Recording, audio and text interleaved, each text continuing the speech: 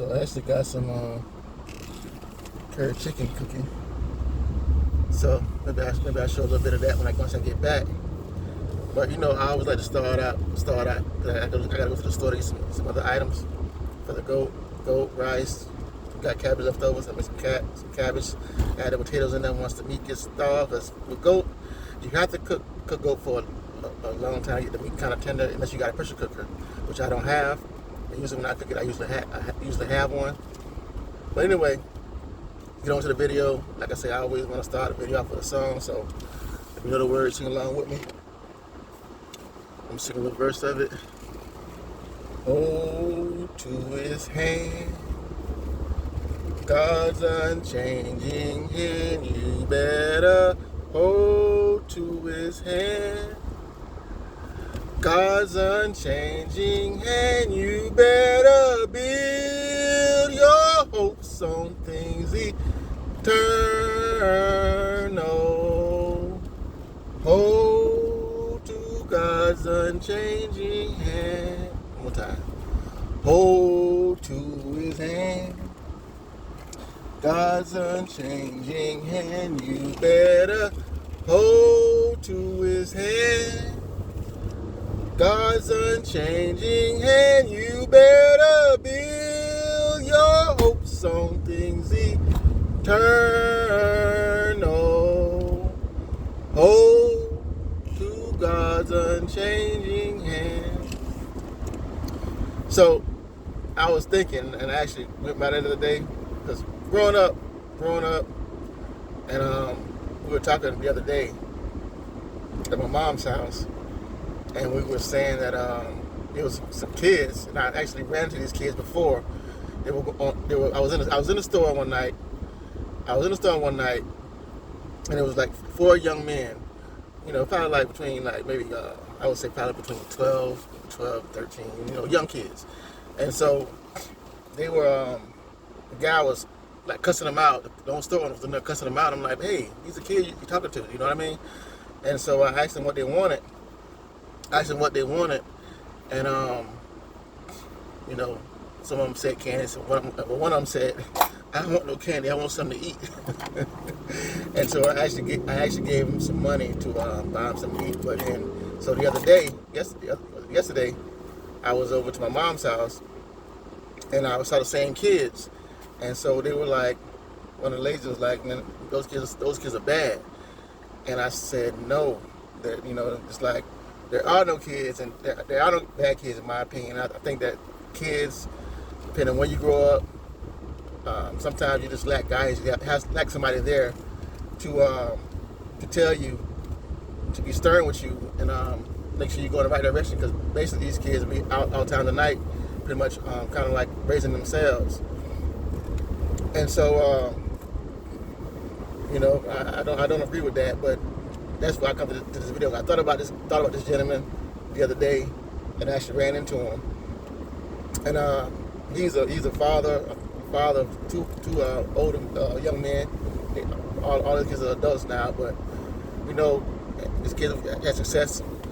He was a basketball coach for the school, for high school, and you know, but throughout growing up, we would always go to the local park. And back then, the local gymnasium, the park, it was put there for the kids in the African American community. But now it's something totally different. But back then, we would go. We had a swimming pool there, you know, for the kids to go play. And then we had a baseball diamond was right there. We played football, played baseball growing up. And this particular gentleman, even though he was not only father to his kids, but he was father to so many of us growing up. And like anytime, like I had a question, I had a concern about something, I can go talk to him. And you know, he also kept me out of. I remember one time I was in a fight at the bus stop, and he saw me. He saw me fighting, and he stopped the fight. And luckily, the guy had a knife. The guy had a knife, trying to stab me. But you know, he stopped us from fighting. And so, you know, like I said in my other video, it's like it's one thing to impact your family, your kids in your household, but it's another whole thing entirely, and to impact the the lives of other kids outside of your circle, outside of your immediate family. And so even to now, to this day, I think they named the gym after him. Was you see him now, and people still not only love on him, but love on his children as well.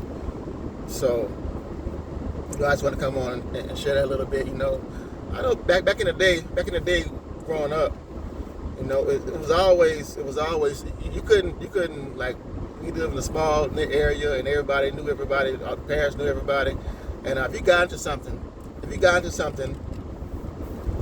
back then, whether it was somebody, if they knew your parent, they would chastise you, and not only you would get in trouble with them, but you'll get in trouble with your mom as well, or your dad as well. So, pretty much, that's how it was.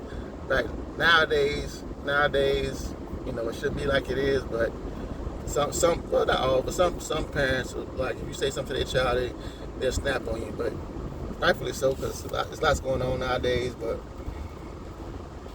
without being in the community like the shit I'm speaking of, and without people like that in the community, where would the kids be? You know what I mean?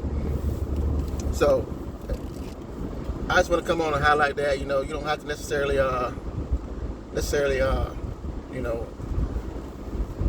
agree with what I'm saying, because a lot of people don't want anyone to say anything to their kids, and I understand that.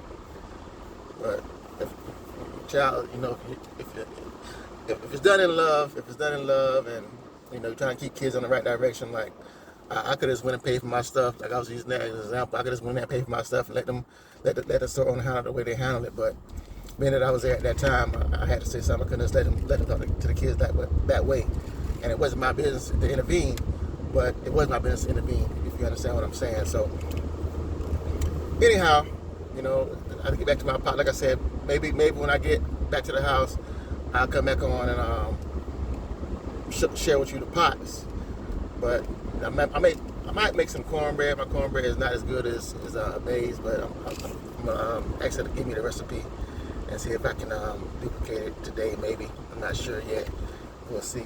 But I actually have a taste for some curry goat, and so I decided to make it. I actually, because with goat, let me show you a little bit for those that don't know how to cook curry goat. When you what I've always done is let it thaw out, because usually when you buy it, when they cut it, they have to cut it in pieces. They have to cut it when it's frozen, and so I let mine thaw out, and then I season it a bit with the curry powder, and then I fried in a little olive oil, and then I put everything else, the lime and everything else, the seasoning, inside the bag. Or if I don't have a bag, I didn't have a bag yesterday, so a Ziploc bag, and I didn't have one, so I actually just put it in the pot, and then just laid up to this afternoon. Well, today I put it on. I'm gonna let it cook for about another hour or so. I started at 10, so it's been cooking since 10:30 Eastern. So I'll probably be done around maybe like 1 o'clock, 1:30. We'll see. But I'm gonna let it cook for another hour. Then I add my potatoes and carrots in it, and then make the rice and everything else. Then have din. So anyway, I'll wait till I get home. When I get home, I'll come back on and I'll show you the pot. And you can see what I'm working with. Okay? I'll see you in a few. Okay, as promised, here it is. Let's see what we're working with. See?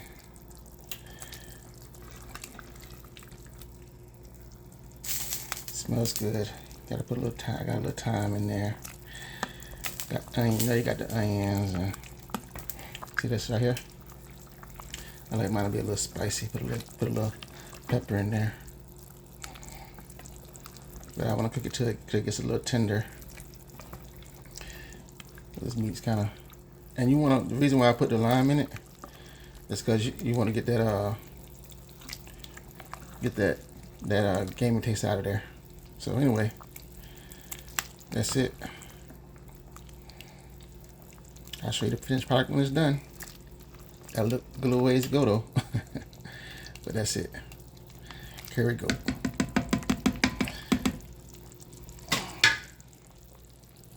Anyway, I'm out. You say be blessed, and I'll see you in the next video.